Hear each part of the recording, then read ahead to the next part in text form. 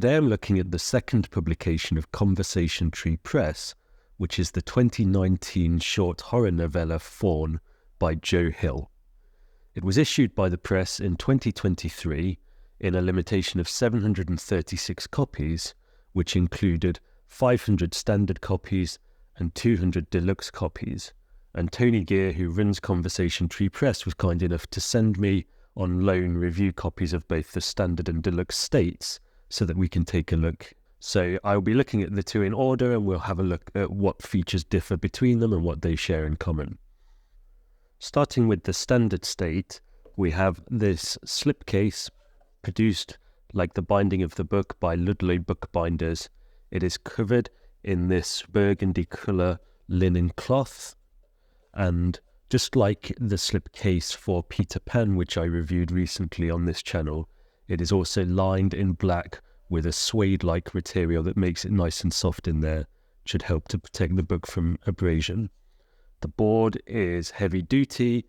The slipcase feels really quite solid and rigid. No worries whatsoever about the robustness of this slipcase, and it also is nicely made. It has nice sharp corners, and the finish generally is altogether a good one. Within is this book, which is bound with these paper sides that are covered in a red paper with this slightly mottled texture. And then the front board has been stamped with this horned skull. And the book has a quarter binding with this material on the spine, which is called elephant hide. Sometimes it's known as vegetable parchment. Despite the name, it has relatively little to do with elephants. It's a paper material. But it has this white parchment-like finish, and it has a slight marbling to it. So altogether a pretty nice material, and then the book has been stamped on the spine in gilt with the title FAUN. Nothing else on the spine on this occasion. All of the edges of the text block are trimmed, and we see here on the top edge that we're going to have a ribbon marker. It will be a black ribbon marker. The other thing to remark is that we have this slightly unusual style of binding. Sometimes it's called, I think, a Bradle binding. I think on the Conversation Tree website it's called a millimeter style binding.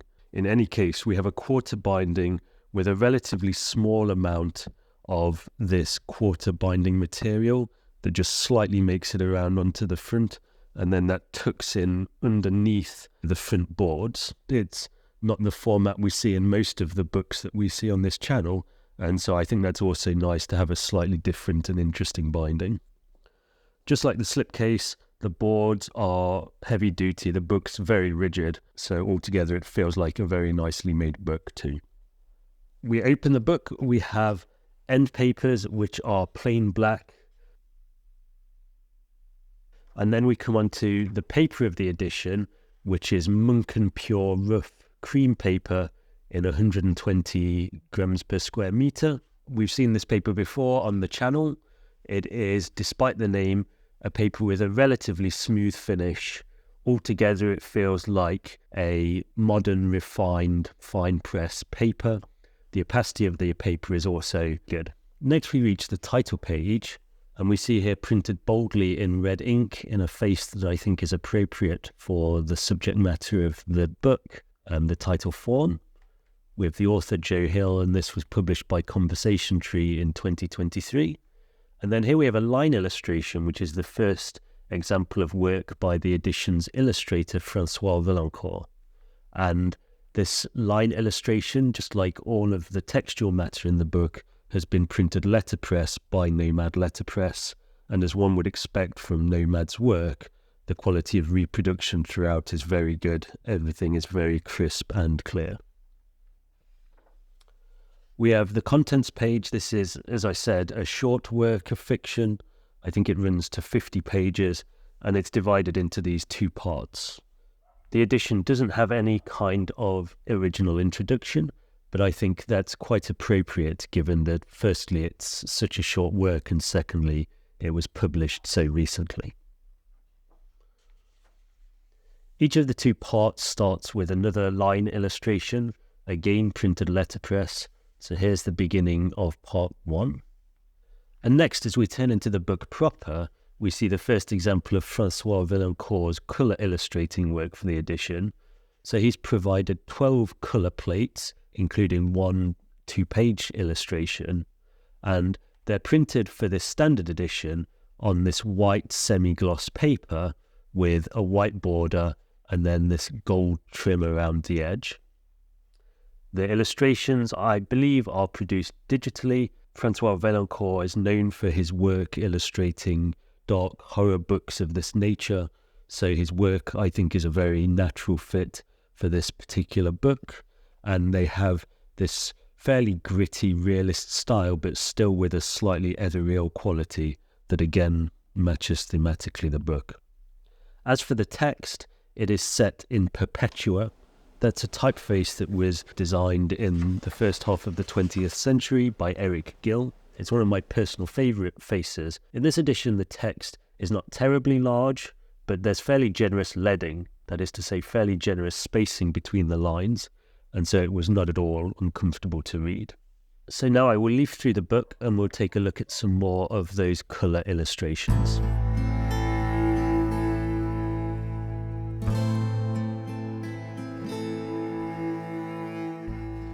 I should remark that with 12 of these colour plates in a book of only 50 pages, that amounts to an illustration approximately every 4 pages, so the book feels quite generously illustrated.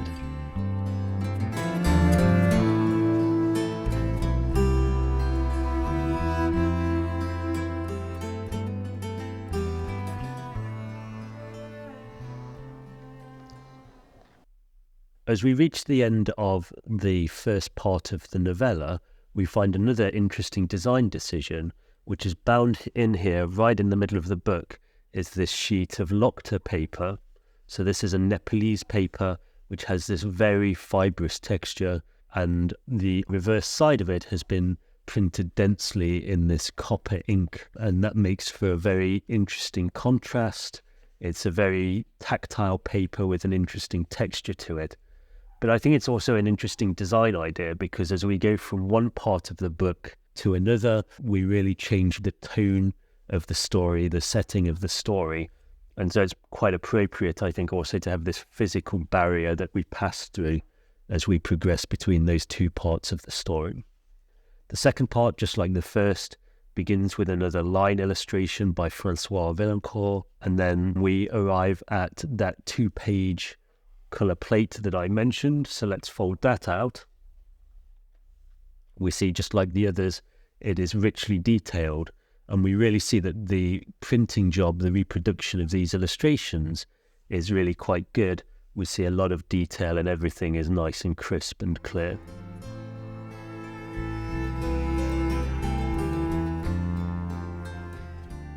We also see here the black ribbon marker that I mentioned earlier.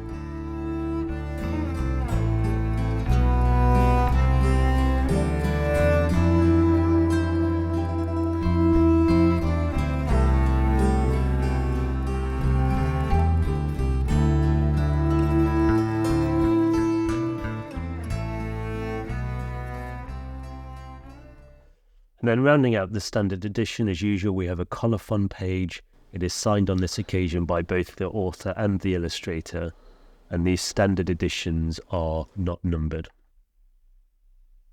So that concludes the standard edition of Joe Hill's FAUN from Conversation Tree Press. Now let's see how that compares to the deluxe state. First of all, the slipcase has seen a bit of an upgrade, so we still have linen cloth here on the sides, this time in green. But now the ends have been covered in this purple leather, which makes for a nice visual contrast, I think, against the green of the sides. Just like the standard state, the interior is lined with this black suede-like material, and it's been made from rigid boards. Everything feels solid. The corners are nice and neat, and generally this is a well-made slipcase. I personally consider the book within to be one of the most visually arresting bindings I remember seeing in recent years. It's a little bit hard to know how exactly to describe it. I want to say it's a half binding because it has these leather elements on both the spine and the foredge, but it's not like any hard binding that I've seen before. So first of all, the sides are covered in this marbled paper I believe this marbling was done specifically for this edition, and it has this green and yellow colour scheme, and that contrasts quite nicely with these purple leather elements. So we have a narrow strip of purple leather running along the book's foredge. The tail of the spine is protected by a small bit of purple leather here, and then at the head of the spine we have a slightly larger patch of purple leather, which leaves room for the blocking of the title there on the spine.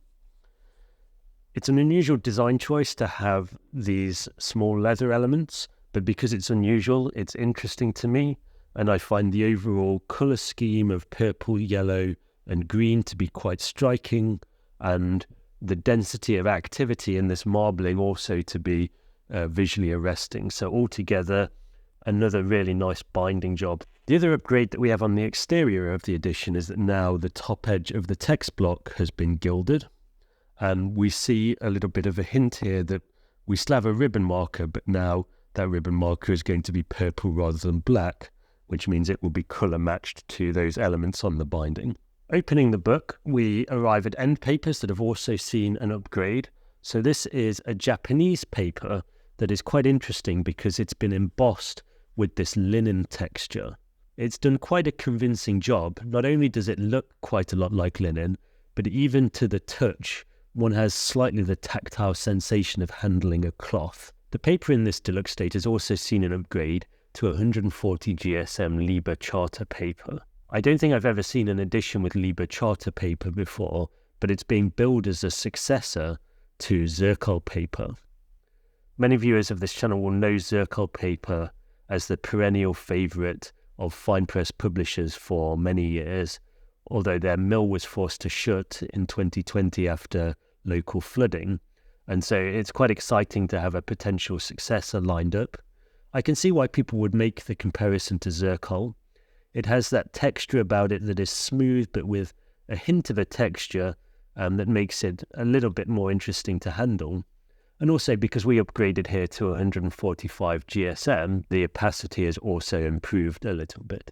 The substantive contents of the deluxe state are identical to those in the standard state. The other big thing that has changed is that the presentation of the colour plates is now a little bit different. So before, the plates were printed onto a bound-in sheet of that semi-gloss paper. Now the colour plates have been trimmed to size and are tipped in directly onto that Liber Charta paper. I don't think this makes a huge difference to how the illustrations appear in the book, but it does mean that when we're handling the book and turning the pages, we're handling not that glossy stock, but the Liber Charta paper, which to my mind is a little bit nicer to have our fingers on. So I would view that again as another upgrade. And here we see that we have that purple ribbon marker that I mentioned. Quite a nice shade of purple there. Again, another small touch, but a nice one to have in this deluxe state. Of course, the deluxe state 2 ends with a colophon. Just like the standard state, it is signed by the author and the illustrator. Unlike the standard state, the deluxe states will each also be individually numbered.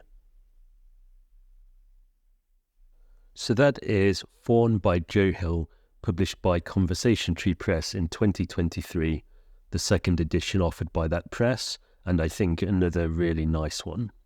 The standard state, to my mind, offers excellent value at a retail price of $225. For that money, you're getting a bona fide fine press book. It's letterpress printed, nice paper, high quality of materials throughout, and great workmanship by Ludlow and Nomad Letterpress. The deluxe state costs $495. It offers a number of upgrades, but to me, the big one is that change in binding, and the question I would be asking myself is whether this striking binding is worth that extra $270. I think if you have the money to spare, it very much could be. As I said, to me it's one of the most interesting bindings that I've seen in some time, but I also think those who choose either of these editions will not be at all disappointed with the quality of the book they receive. Another example of really nice work coming out of Conversation Tree Press.